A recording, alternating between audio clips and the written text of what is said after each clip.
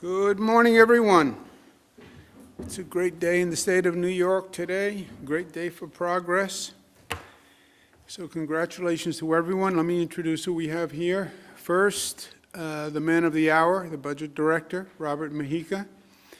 He's happy today. I know it's hard to tell with the mask and all, but he is happy, and he should be. Melissa DeRosa, secretary to the governor, to my right.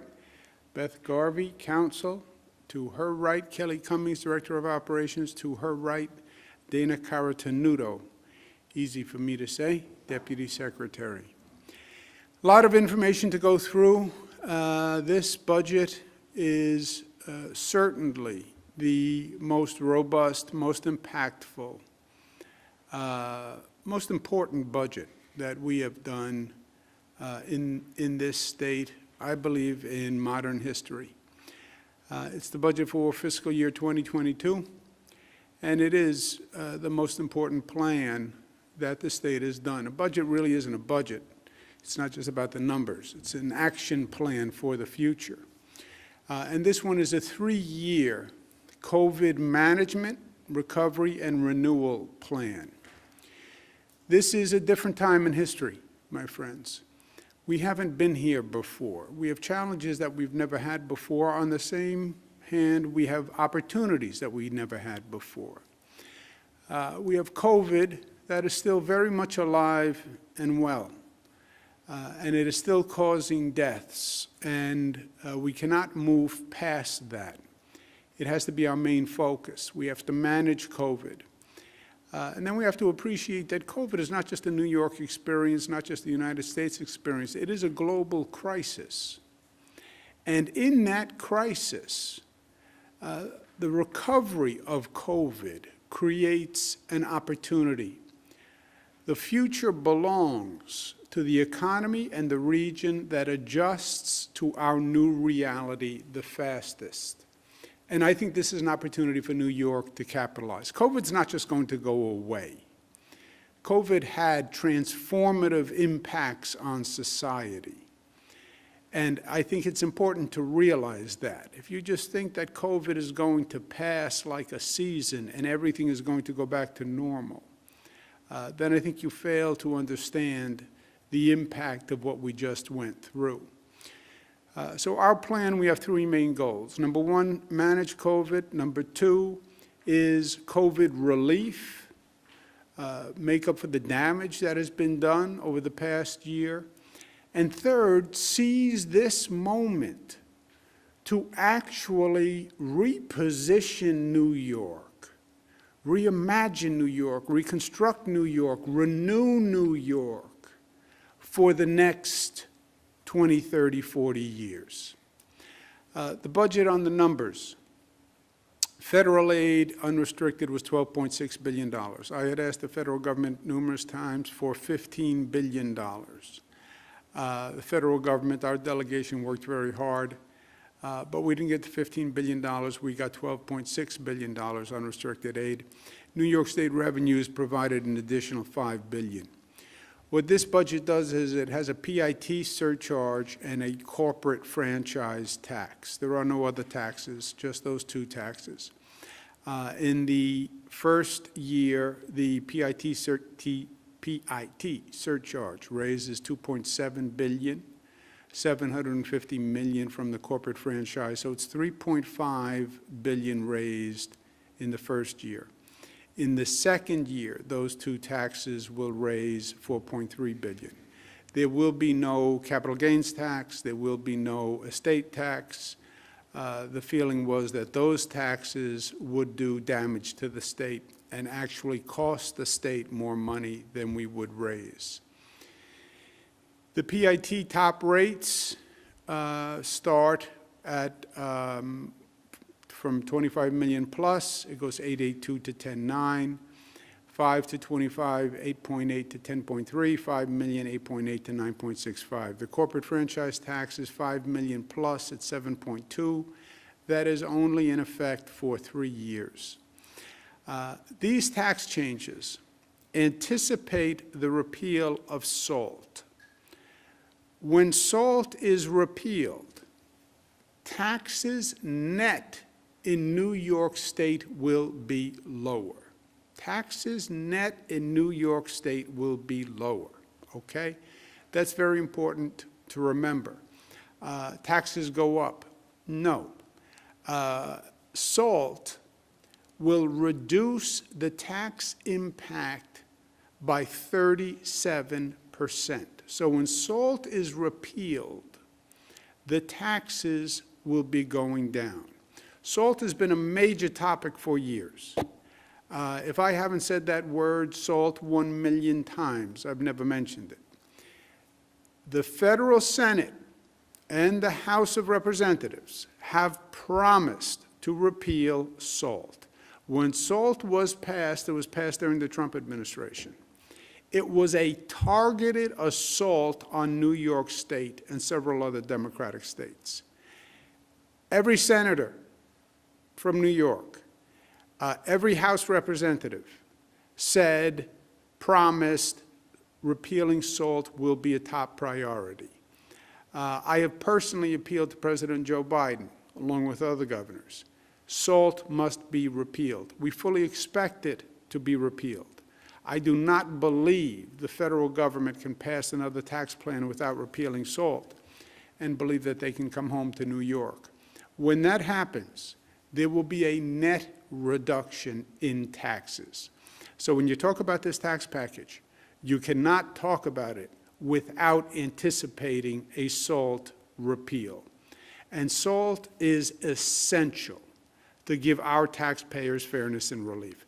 SALT cost us $13 billion more per year since it was instituted by the Trump administration.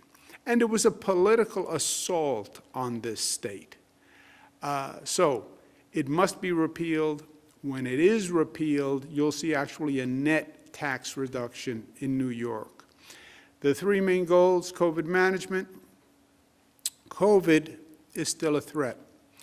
I was on the telephone with the White House yesterday, Dr. Fauci, Vice President Harris, the White House COVID task force. And again, they all say basically the same thing, that we know this is a race between the increase in COVID infection and how quickly we increase vaccinations. That's what this is about. There is a threat of COVID variants. There is a threat that a variant could develop that could be vaccine resistant. Getting the vaccinations is the top priority. But it is still very much here with us. And I understand COVID fatigue, and I understand we've been doing this for a long time and people just want to move on. But that denies reality. 59 New Yorkers died yesterday from COVID. 400 New Yorkers died over the last week from COVID. We're not past COVID. And a denial of a problem is a sure way to be overcome by the problem. So COVID management is our first priority. Vaccinating New Yorkers is my first priority. And we've done it many different ways with many different campaigns, but we have to get it done. Increasing our testing, increasing our vaccination efforts, making sure vaccines are available, free, equitably. Today, every New Yorker is eligible for a vaccine. So it becomes getting the supply from Washington, having the distribution network, and then convincing New Yorkers of the need to roll up their sleeves and get vaccinated.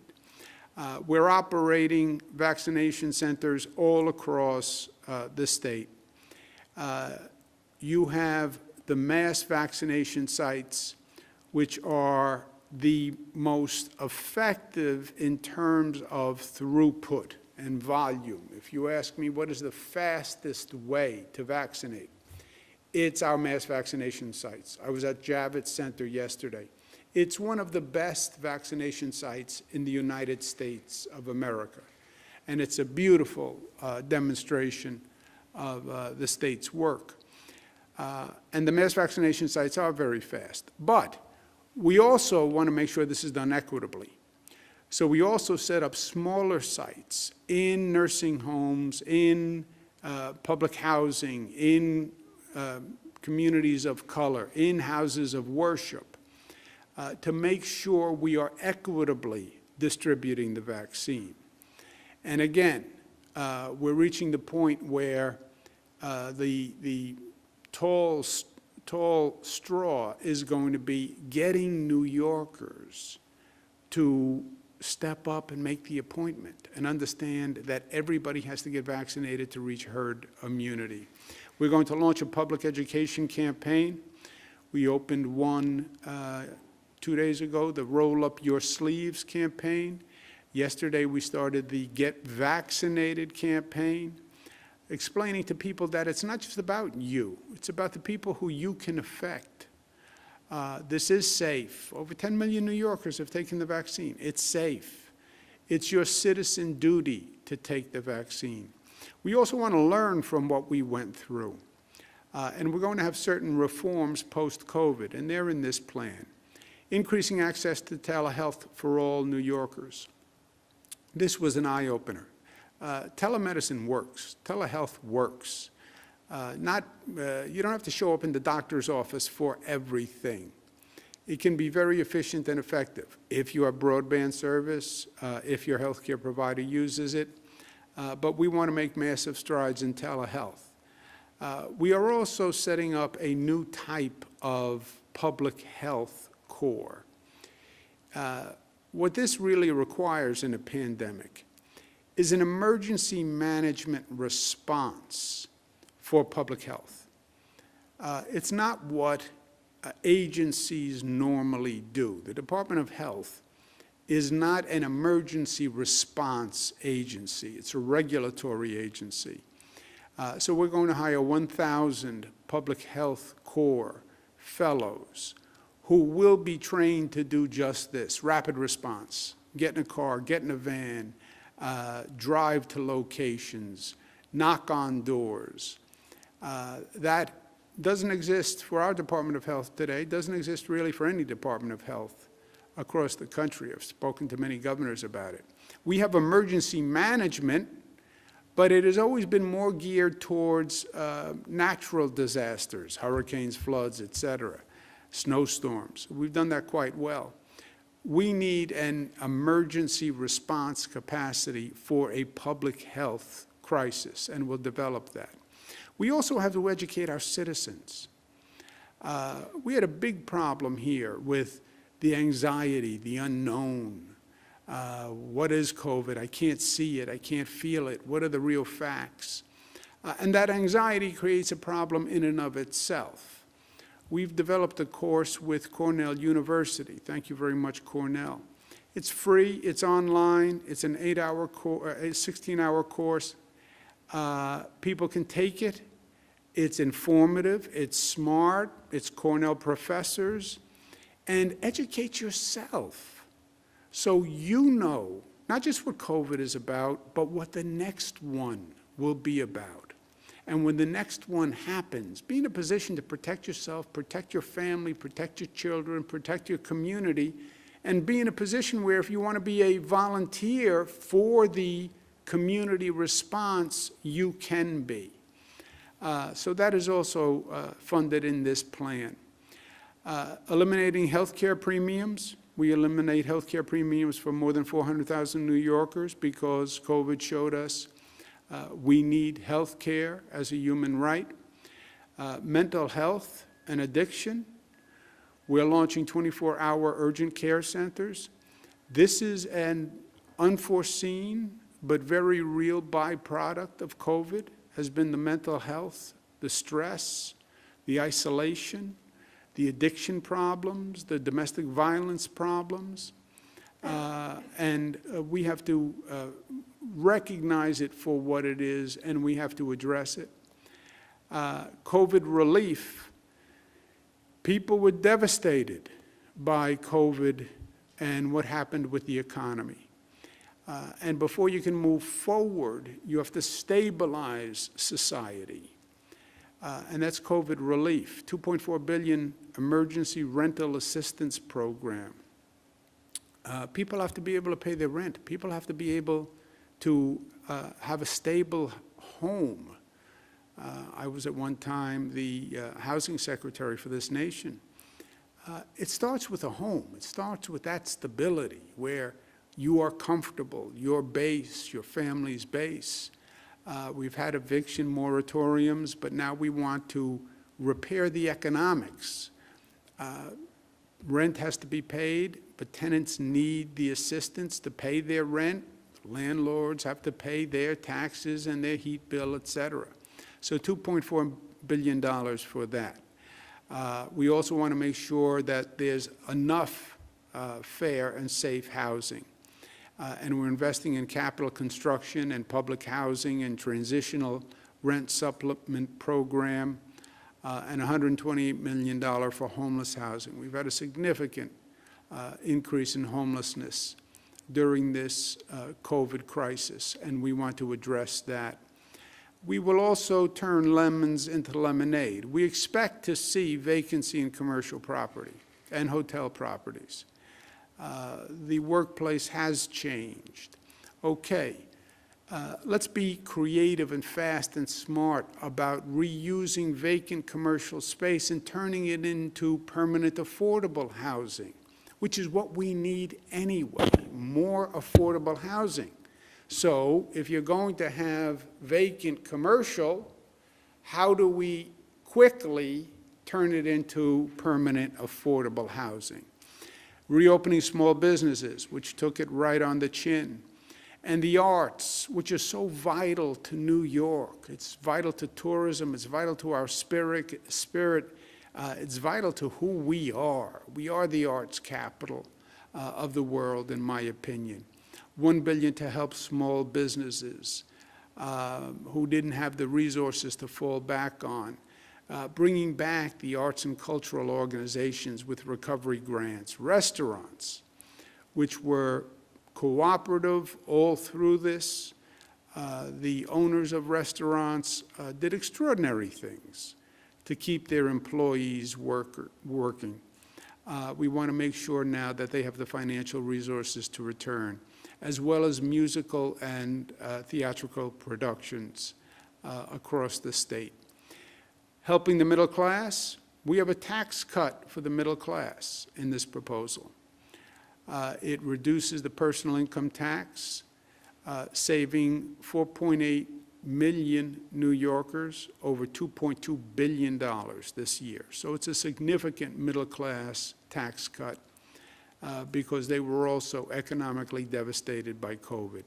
Also increasing a child care credit, $2.3 billion in federal resources to provide high-quality child care so we can get back to work. We're also going to repay our state workers. I want to say a special thank you to the state workers. We delayed payment to the state workers because of the fiscal crisis we were in. We're going to repay that $600 million to the state workers, many represented by CSEA and PEF. But I also want to say to the state workers, thank you.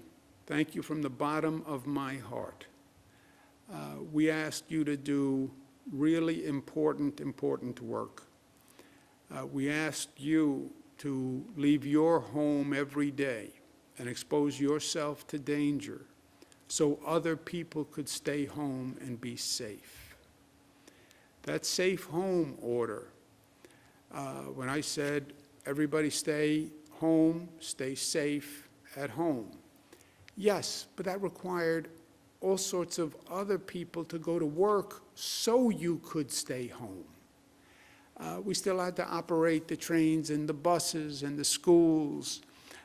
Phones had to work, lights had to work, construction had to go on.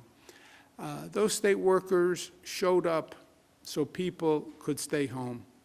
And to me, they are truly heroes of this COVID crisis. So we say thank you. Support for excluded and unemployed workers. Just because you are undocumented doesn't mean we don't care and we don't have compassion and we don't want to help. It is difficult to do it in a way that can be administered without fraud. And that's obviously a major concern for us, that we protect every tax dollar. We ran an unemployment insurance program for citizens of the state. There was tremendous fraud, even though we took significant measures. On this program, we'll ask the controller to review it before it is administered. The controller's job is to audit state funds. After a program is run, the controller will come back and do an audit and say, you did this wrong, this wrong, this wrong, this wrong. In this case, we're asking the controller to look at the program first to make sure the way it is designed, there are fraud protections. And we're asking the Attorney General to specifically review the program, the guidelines, the rules, to make sure there are anti-fraud protections.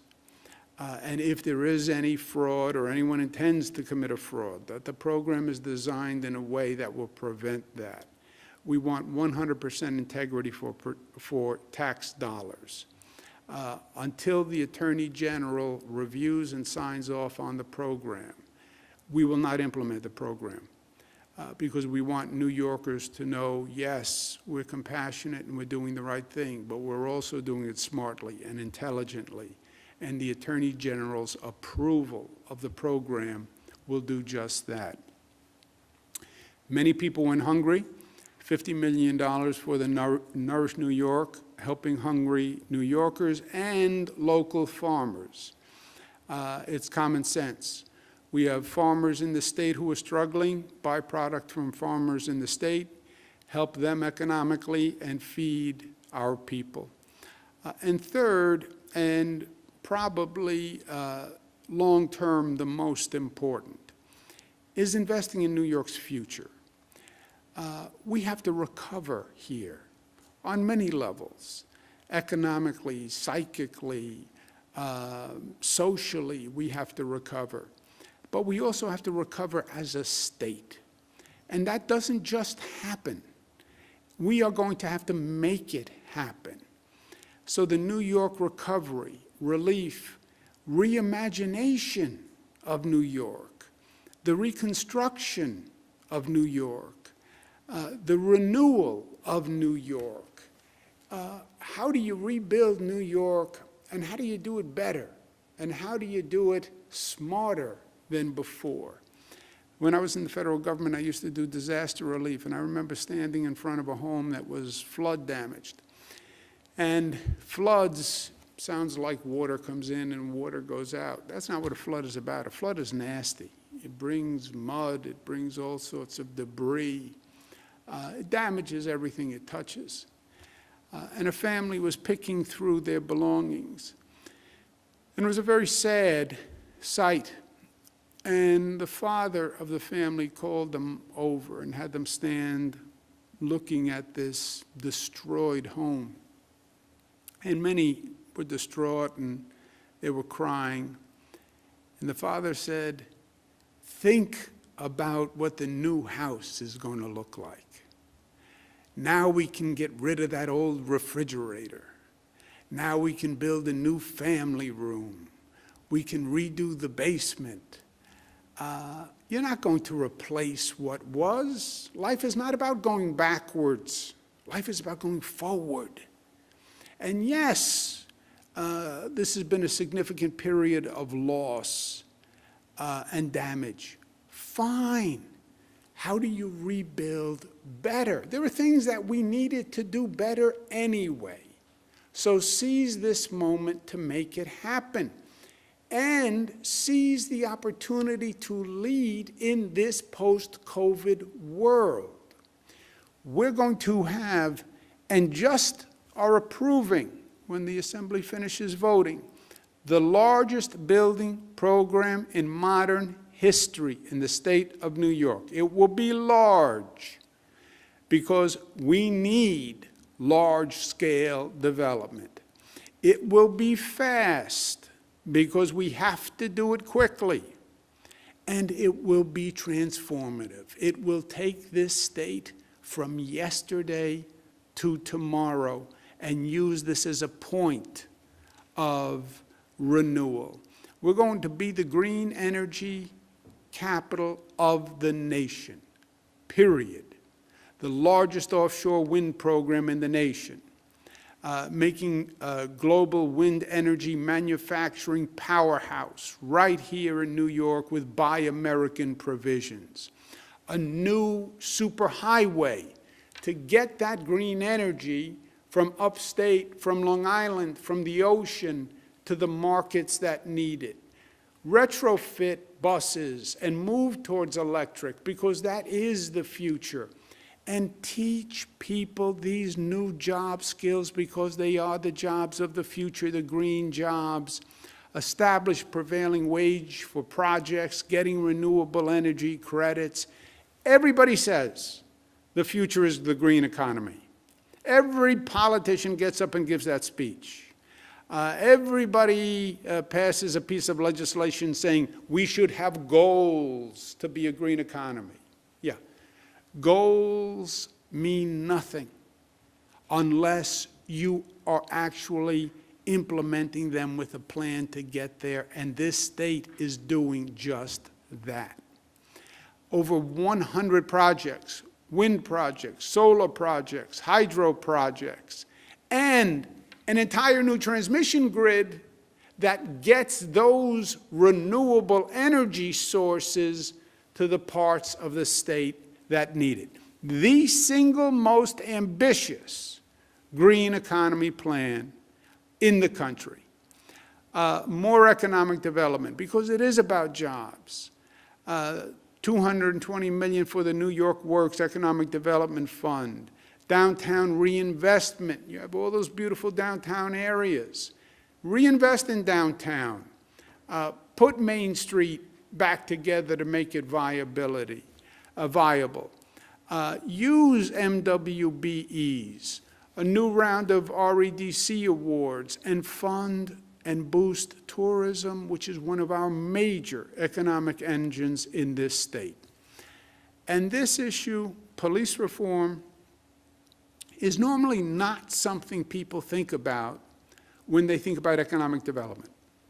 But you want to know one of the first questions a family asks before they move into the area, or a business asks before they move into the area? Is it safe? Is it safe? You know what are the top priorities for government still? Public safety. We've gone through a national crisis with George Floyd's murder. It was a national crisis. It was also a point for reform.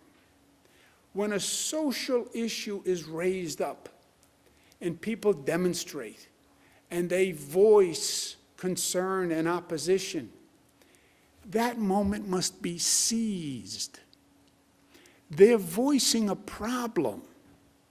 Don't deny it. Don't ignore it. Grab it and resolve it and move forward. George Floyd's killing was one in a long series of cases of police abuse. We've gone through this in New York for decades. Eric Garner on Staten Island. There's 20 examples in this state. But George Floyd, the people of this nation said enough is enough. And they were right. They were right. They were saying we have lost trust in the police, and the relationship has deteriorated. And by the way, the police were saying the relationship has deteriorated. And it doesn't work if the police relationship with the community doesn't work. And that's what the George Floyd protests were all about. Now, most governments turned a blind eye.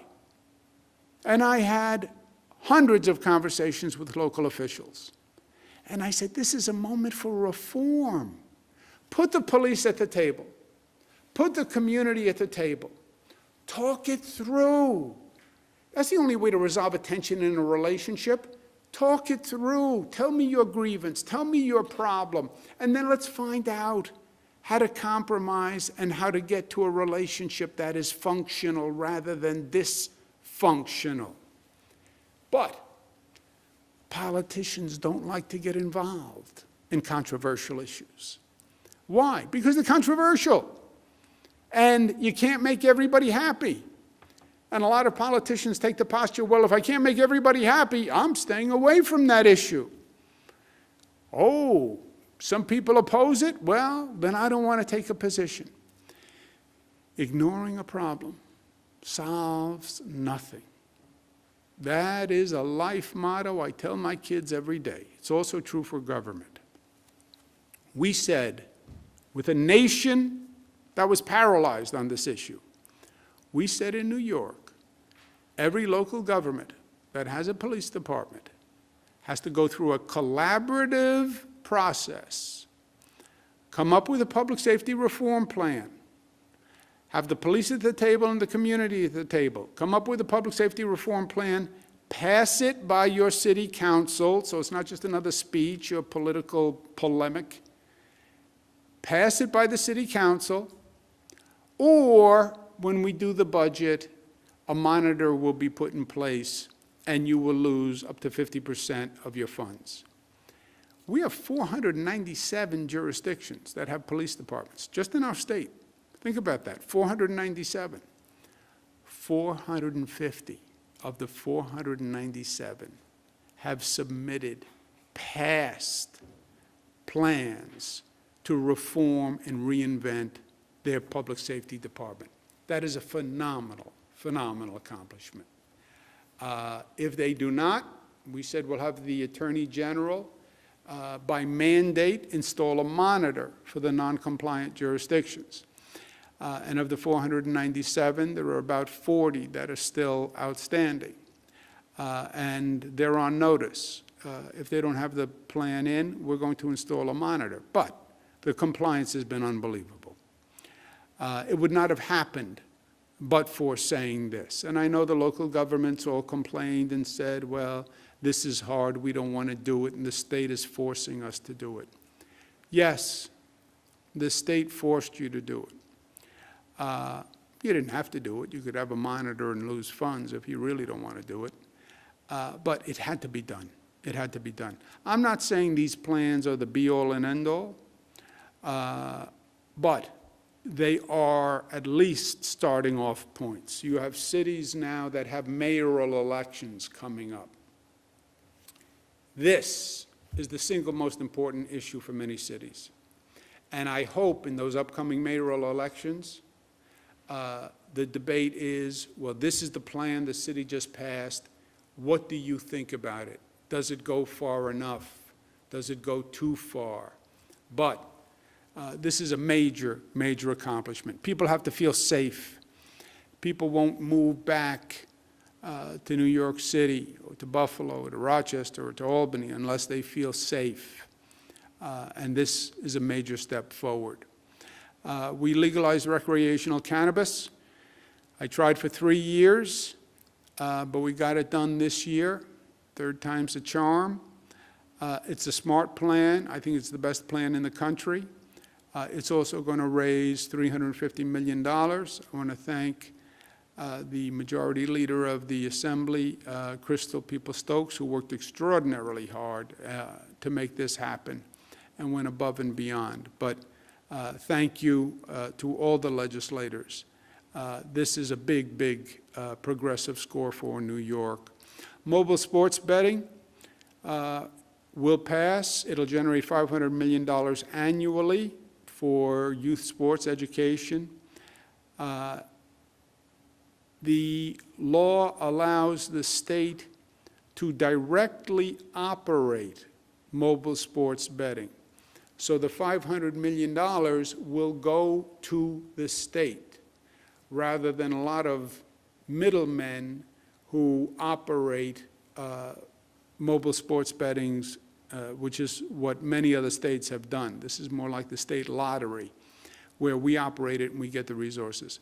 The law does not authorize any new casinos. I am opposed to any casino authorization plan that is subject to politics. We have a gaming commission that makes the decision on the merits. There's a lot of money involved in casinos. There's a lot of lobbyists. There's a lot of political contributions. And I want to make sure that any decision that is made purely on the merits. And I'll have nothing to do with a casino plan that can be politicized. On education, we've made record investments funding the lower funded schools to bring them up to offer the best education that we can. Remember, in this state, you have some schools that fund $33,000 per student, and we have some that fund $13,000 per student. I have said all along, if a school is funding $33,000, I would not give them a penny of state money. I would take those at the bottom and raise them up. We're not quite there, but this goes a long way towards fiscal equity. Also higher education, also full-day pre-K, also $247 million for opportunity programs, also $88 million to increase TAP for 185,000 new college students. Increasing accessible and affordable broadband for families that are lower income, $15 a month internet plan, period. Everyone has to have access, not only access, but access to affordable broadband. We basically have access. The question then became the affordability. You can get it, you just can't pay for it. We are now mandating that these internet companies provide $15 a month internet plans to low-income customers. Mandating. And to these internet companies, I say again, you don't operate in the state of New York by an act of God. You operate in the state of New York by the will of the people. If you do not do this, you will lose your franchise in the state of New York, and that's a promise. We also will have a fund that helps lower-income students connect with free internet access. We learned a terrible lesson with remote learning. Remote learning works if the student has the right devices, if the student has internet access, if the student's family can afford internet service. So this is a major reform for social equity.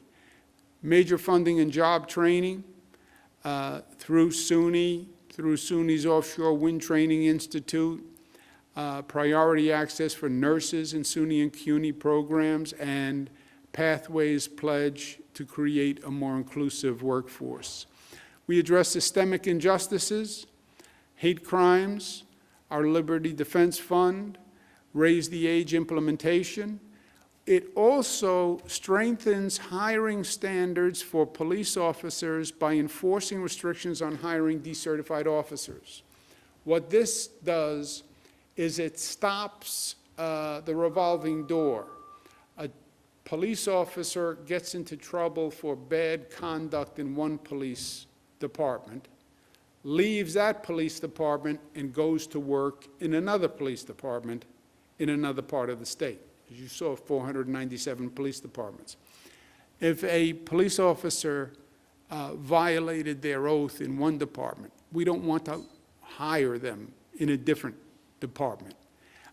And this is going to stop that revolving door for bad police officers. More funding to make voting better, easier, and increase early voting. I had proposed the Restore Mother Nature Bond Act, something I'm very excited about, a $3 billion, the largest bond act ever for restoring the environment. Due to the problems in the economy, I asked to postpone it. We're now going to put it back on the ballot for next year. This year is also an economically difficult year, so we'll put it on the ballot for next year. We're also going to learn from what happened in nursing homes. We have nursing home reform legislation to make sure that facilities are prioritizing patient care over profits. There are two types of nursing homes, not-for-profit and for-profit. For-profit nursing homes pose a tension. I analogize them to for-profit prisons. How do you make profit in a nursing home? You reduce your cost. How do you reduce your cost? You reduce the services to patients, reduce the food budget, reduce the staffing budget, don't invest in as much in the facility. That is a destructive tension. So what we're saying to the for-profit nursing homes, we want the money that gets paid to you either from the state or from the family, we want that money going to patient care and patient services. So we're capping the profit that they can make at a for-profit nursing home at 5%. Everything else has to go into the nursing home and the care of the patient. And we're going to have the largest infrastructure, bad word, infrastructure is building a transportation network, is building an economic platform, $311 billion. In many of our upstate cities, we made the mistake, same mistake in the 50s. We cut the city off from the waterfront because the waterfront was manufacturing. It was the back door of the city. The waterfront is now the front door of the city. We have to reconnect. In Buffalo, we're going to do it with the Skyway Bridge project. In Rochester, more than half of the Rock the Riverway projects will be finished in 2021. In Albany, the Skyway ramp is going to be turned into a linear park. Department of Transportation is doing the project.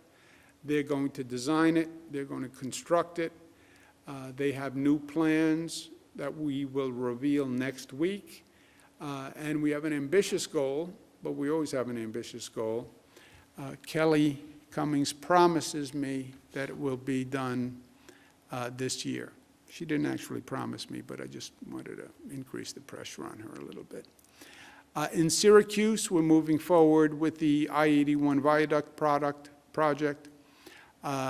In Dunkirk, Athenex will invest $1.5 billion in a pharmaceutical production facility, and that's very exciting, and that's a whole new industry. In Binghamton University, we funded the health sciences campus. It's going to be finished this year.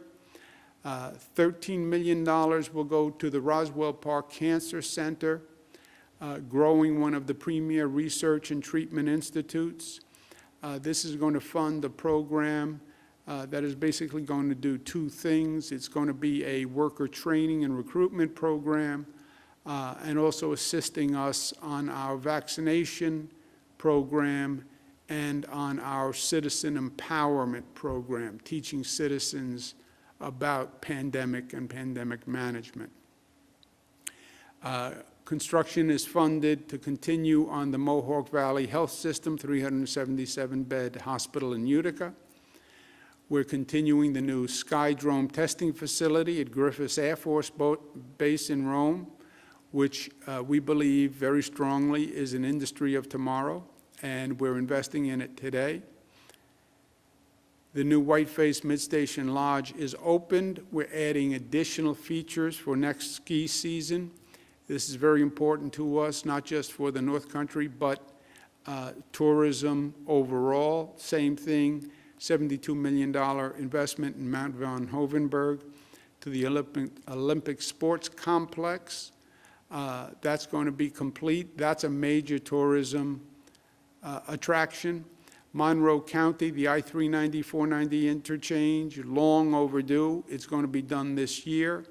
Legoland in Goshen is going to be a major tourism attraction. It is very cool.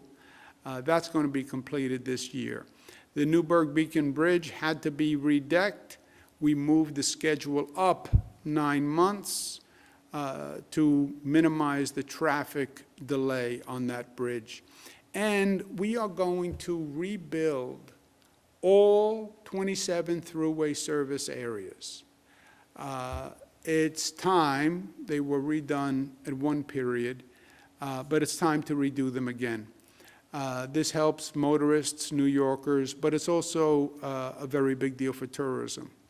And these service areas can be more than service areas. They can be tourism destination sites. And that's what we want to do. We don't want to just have them as gasoline fast food. How do we maximize that potential as a full-service and tourism center? In the South Bronx, an issue they've been talking about literally for 30 years is reducing the asthma rate and the health problems in the Bronx from all the truck traffic going to Hunts Point. We're going to have the direct truck access to Hunts Point and get that traffic off the local streets that has caused so much damage. I'm from Queens. The Kew Gardens interchange has been a nightmare for decades. I remember the traffic. I remember my father saying, "Why don't they do something about this?" Well, they is us, and we're going to have it completed in 2022. New Belmont Arena on Long Island will be open. It is going to be exciting. It is going to be beautiful. It's going to be a home for the Islanders. The new third track, funded, completed this year, that's going to revolutionize the commute from Long Island. And it's going to be very necessary. Commuting in this new remote work world can't be running the gauntlet. Commuting has to be pleasurable, fast, and predictable. And getting on the train from Long Island and coming into a nice station and having a pleasant experience is essential. JFK, $13 billion transformation. LaGuardia will be finished next year. This state will have the best airports in the nation, in my opinion, and the newest. And if you want to do tourism, and if you want to welcome visitors, and if you want to welcome business people, the airport is your front door. And that experience starts their impression of your city and of your state. And with our airports, they'll have a great one. We're also moving forward with the LaGuardia Air Train, which will cut down travel time, more investment in the MTA, $51 billion capital program. We are working with the federal government on the 2nd Avenue subway. The Trump administration got us right up to the point of yes, and then I think, frankly, they just didn't want to say yes, but we've done everything to get it approved.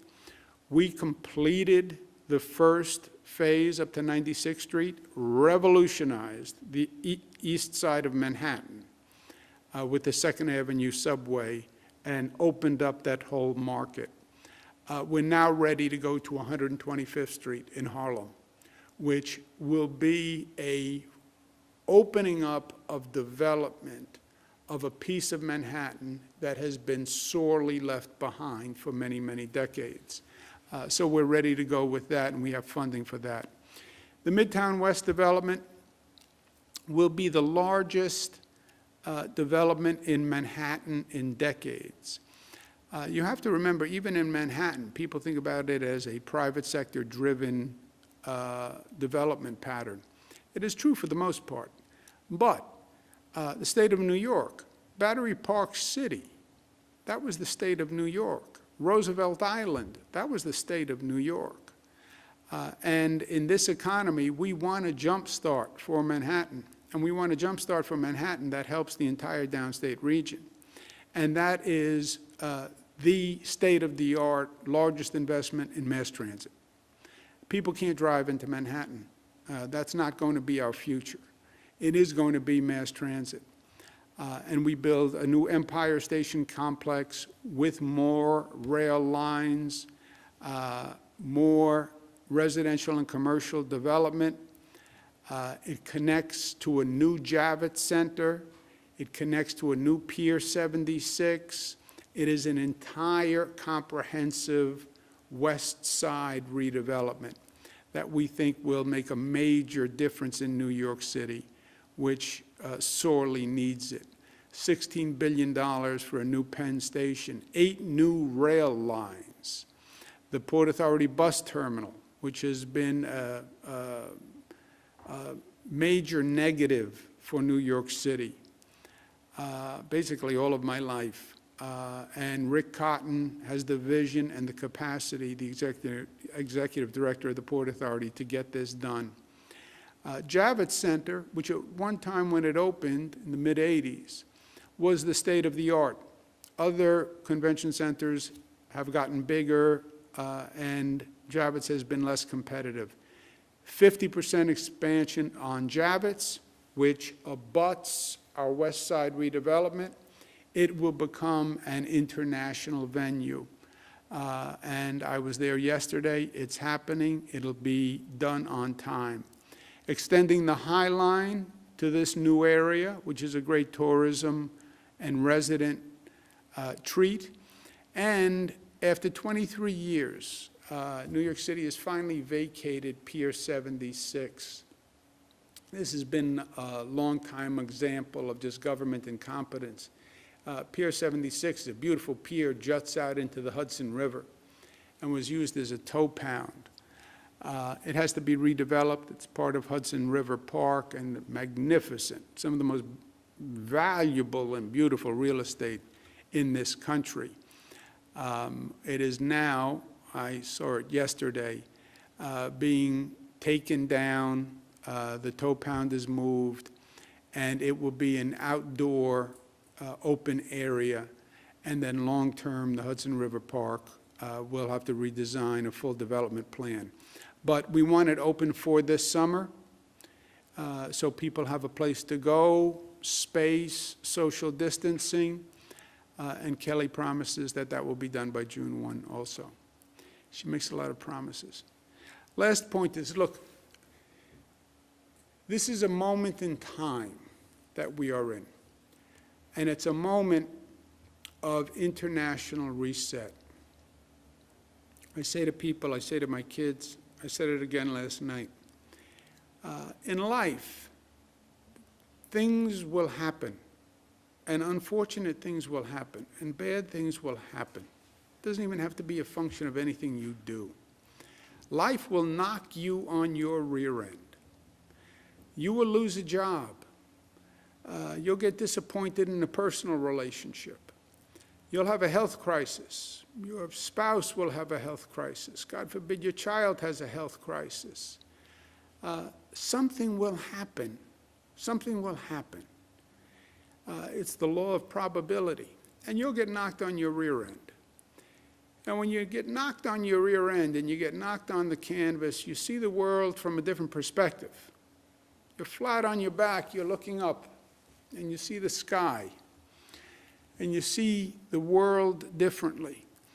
And the question in life, what separates winners from losers, successful people from unsuccessful people, what do you do when you get knocked flat on your back?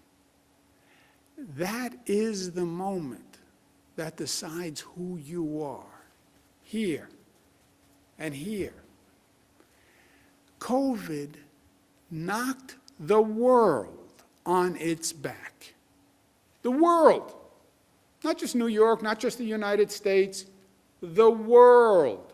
Europe is dealing with it. Everyone is dealing with it. It is an international reset. Yes, COVID posed major challenges.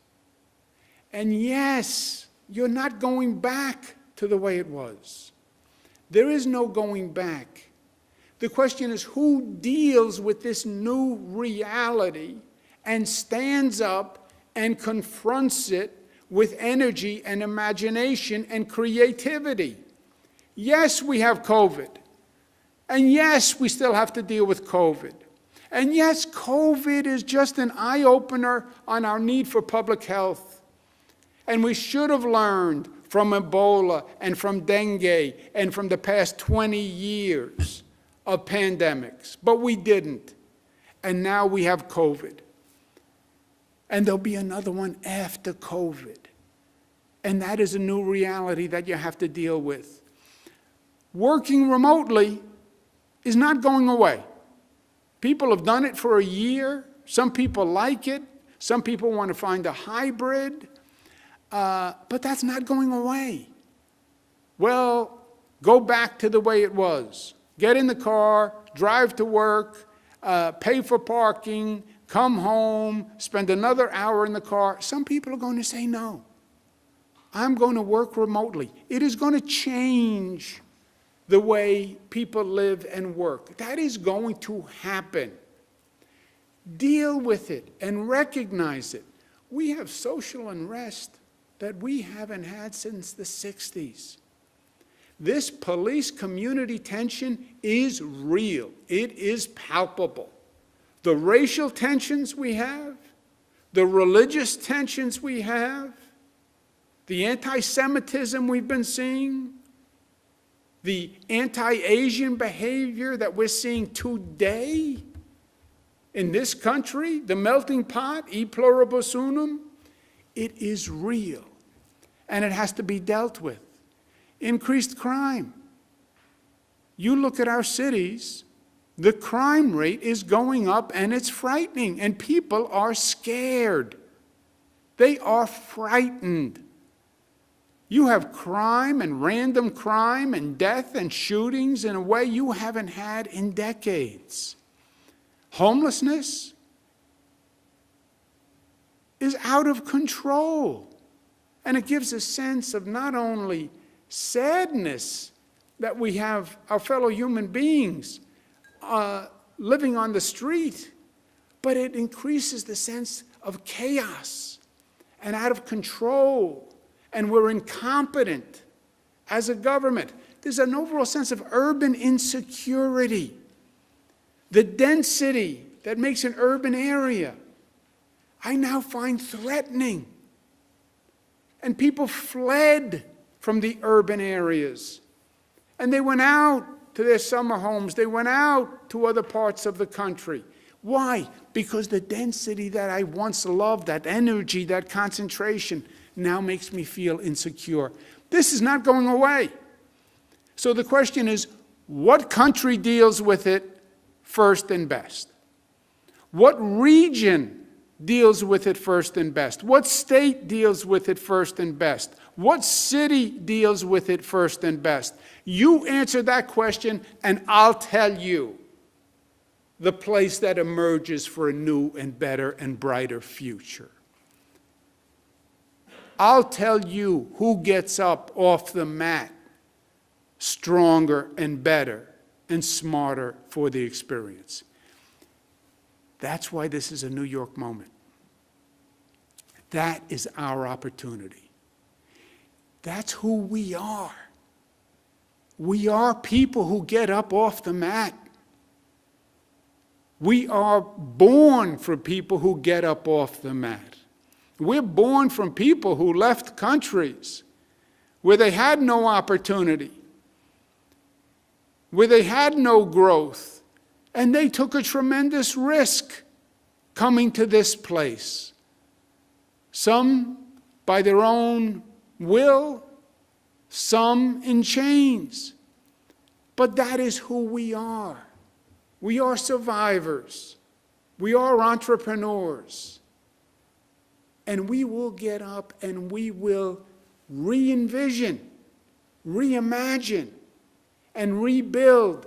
And this action plan invests in us to do just that.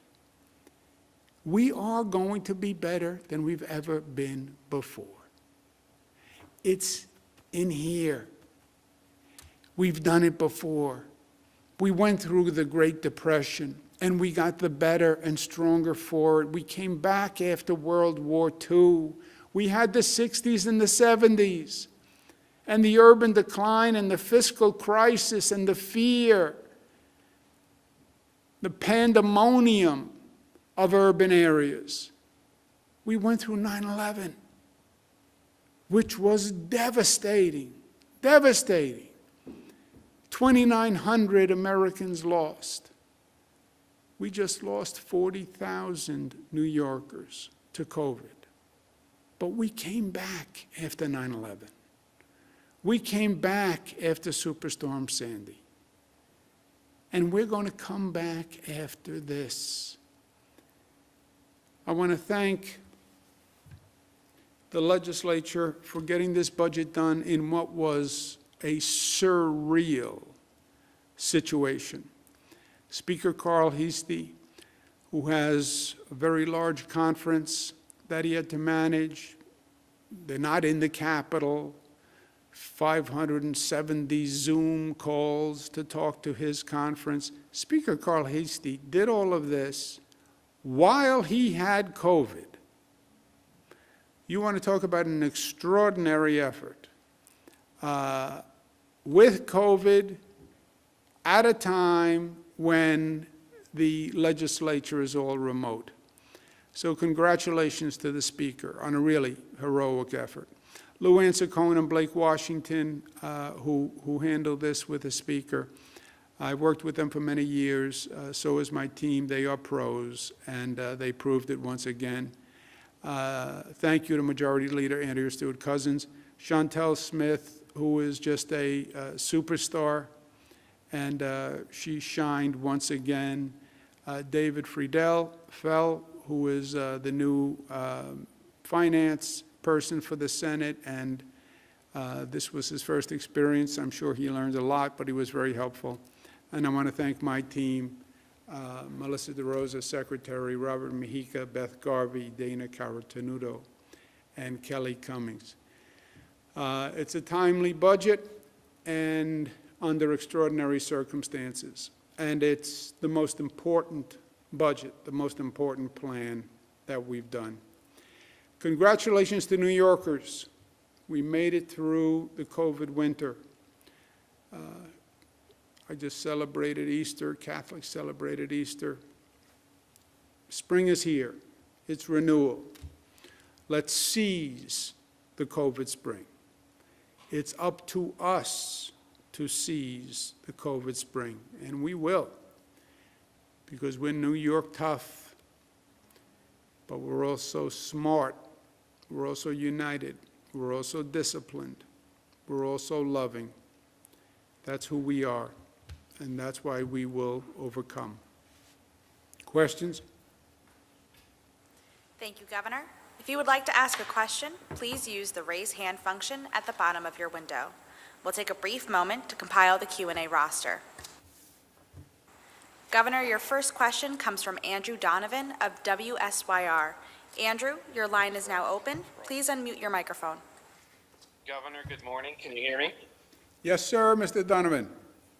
Two topics of interest in Syracuse. One, I know some local school districts are getting some back pay related to foundation aid. So if you could address that, that would be great. The other topic is the Oneida Indian Nation. More than just the nation, the local government leaders are concerned with the mobile gaming language, which, yes, gives point to applicants that partner with Oneida Nations or other Indian nations. But it still seems to jeopardize the exclusive zone, the Oneida Chapter 10 County. Could you address that for us? Yeah, Andrew, you broke up a little bit, but I think we got the gist of the message on the CFE and the Oneida Indians. Rob, Beth, who? On the exclusivity question, for the wagers that we are authorizing here, we are going to require that servers will be located in the upstate licensed casinos. We are requiring each casino to accept servers from any of the selected awardees. And so should an Indian nation make a bid that was selected, they would have the opportunity to have their server placed at any of the casinos.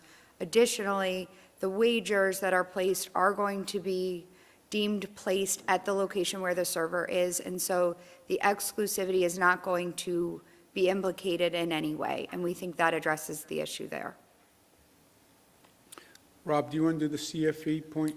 Yeah, so the two things on the back pay was mentioned as well. So the back pay was held through the year while we were trying to preserve spending. The additional revenues came in, federal money came in, and we're paying all of the back pay. In regards to the foundation aid, right, CFE did not apply to Syracuse, but the foundation aid and the basis for those estimates are going to be fully funded over the next 3 years. So in addition to the school districts getting a total of $10 billion in New York State, the state is also going to supplement that by fully funding the foundation aid, which would be significant increases to all of the districts across the state, but particularly the cities that have the highest number of students with high needs. Robert is the budget maven. Not only is he brilliant with numbers, but he's also brilliant with policy. How many budgets have you worked on now? This is the 25. 25 budgets. 25. And 27 years old. So just imagine that. Next question, operator.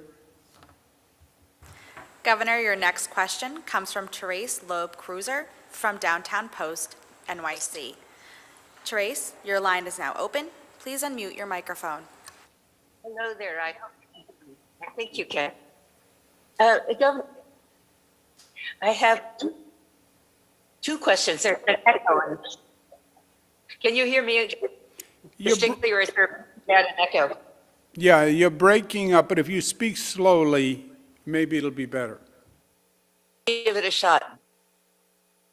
Governor, how will you prioritize the numerous construction projects? My question number one. Number two, there was one thing that I noticed you didn't mention. You have said for a long time, we need a proper tunnel under the Hudson River connecting New Jersey. And this is something you've been talking about. It's not in your budget. Tell me about that. I missed the first part of the question. Did anyone get the first part of the question? Here. On the second part of the question, this was a very long presentation. I'm sure I'll hear comments later about how long the presentation was. But I still can't mention everything that we are doing. The gateway tunnels are essential. When I talk about the Empire State Station on the west side of Manhattan, we're adding train lines in the Empire Station. What Empire Station is doing is it's taking the old Penn Station. There's then a new Moynihan Station across the street from it, which uses the same set of tracks, but the Moynihan train station is just magnificent and a much nicer way to access the existing tracks. But then the Empire Station development has us acquiring the block to the south, called the 780 block. That will allow us to put in more rail lines. So you'll increase the capacity of the number of trains coming into the Empire Station, as well as the comfort level of the facility itself.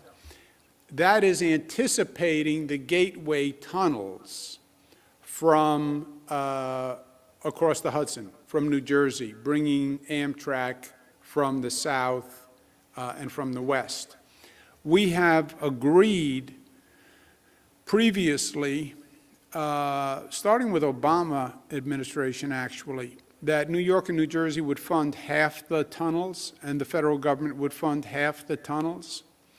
And that remains in place.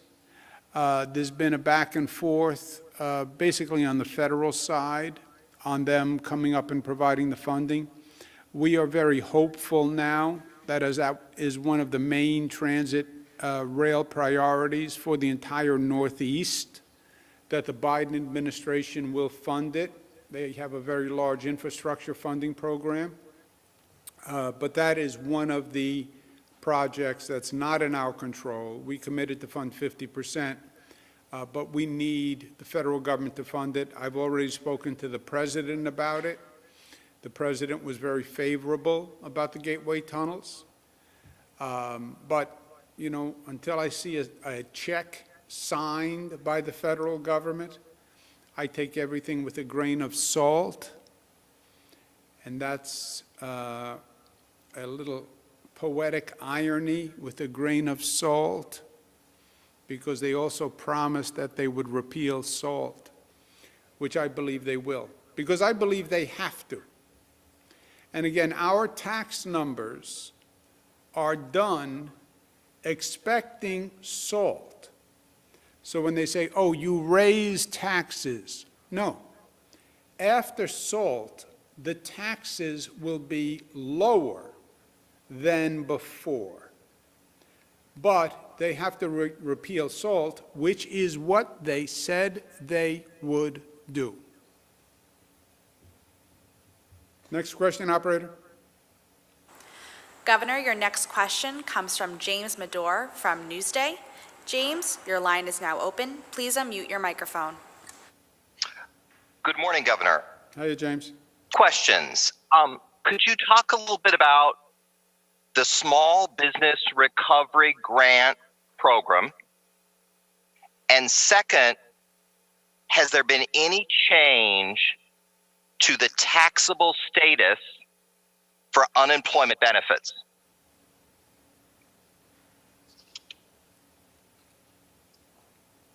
The taxable status for the unemployment benefits, are you talking about the excluded workers?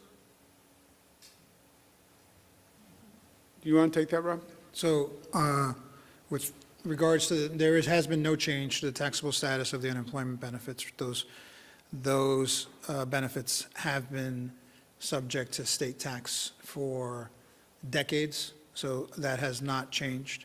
And as for the small business package, it is a total of about $1 billion. About $800 million of that would be grants.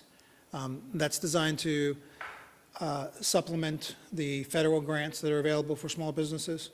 Just within the last month, the federal government authorized upwards of $5 billion for business relief in New York State, $3 billion of that for small businesses and restaurants alone, in addition to extending the PPP program.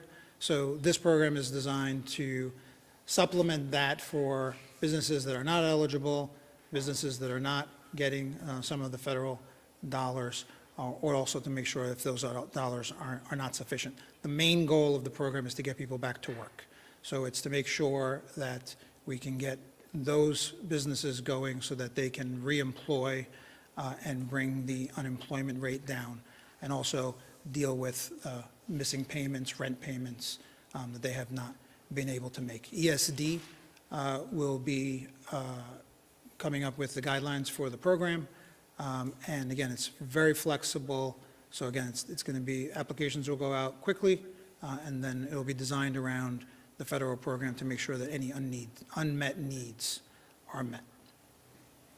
Good answer, good answer. Next question, operator. Governor, your next question comes from Peter Haskell at WCBS 880. Peter, your line is now open. Please unmute your microphone. Hey, Governor. Hey, Peter, remember me? Tall, good-looking, blonde hair, blue eyes, button nose. Long time no see. Yeah. Was it appropriate for your family and friends to be tested for COVID when others could not? Were you involved in this? Were you aware of it? Peter, the Assembly is looking at the testing issue, and I don't want to get ahead of them. But I was not involved in the testing program to that intimate level. People who I would meet with and I would be in exposure with, I was aware they were being tested. So if you came to see me in my office, you would be tested. and that applied with my family also. But the Assembly's doing a review on that, and I would let them do it. Let's take one more, operator. Governor, your next question comes from Shannon Young from Politico. Shannon, your line is now open. Please unmute your microphone. Hi, Governor. Just wanted to note that the scene today looks a lot different than we've seen in budget years past. Typically, the legislative leaders join you for this. Is a reason why they're not there via Zoom today? And a second question, do you feel that all the scandals surrounding you right now have hurt your ability to negotiate a budget in terms of being able to get the things that you typically want? The reason we're not doing a joint presentation like we have done in the past is because of COVID. As I said, the speaker had COVID. I don't know where he is now on testing, but God bless him that with COVID, he went through this entire process, and he did not skip a beat. But obviously, there have not been in-person meetings, but that is all because of COVID. I think if you look at this budget, I laid out the priorities that were important to me a couple of weeks ago, and all those priorities have been met. The legislature had laid out priorities also, as they do every other year. And that's always a question of compromise, and we did that again here. And I don't think that we have done a better budget than the budget you see before you today. I think it's been extraordinary. And my working relationship with the leaders through this, again, which was one of the most challenging, it was the most challenging budget because of what it needed to accomplish. We have never done a budget where we are trying to pivot from an economic crisis of epic proportion and a budget where we're trying to retool and recreate the entire economy for a new world, and a budget where we have to undertake those ambitious goals in the middle of COVID, when you can't even get in a room with a group of people. I don't think there's been a more difficult substantive work in a more difficult practical environment that I've ever been part of. And the result, I think, is very exciting. Remember what we're trying to do. Manage COVID, vaccinate, public educate, learn from COVID, make the changes, public health changes, citizen empowerment, do COVID relief for a traumatized economy, and rebuild a new economy in anticipation of the lasting effect of the COVID transition. Remote work, increased crime, urban insecurity. How do you redesign your economy within that regard? That's what this plan does. And do it without getting into a room with anyone, because everyone's concerned about COVID. Speaker actually had COVID. You put that all together, it's a heck of a challenge. So I think it was a great product under an extraordinarily difficult circumstance, and I applaud all of those who've been involved. And it's a metaphor to me for resilience and recovery, and it's a metaphor to me and an analogy for what the people of this state did over this past year.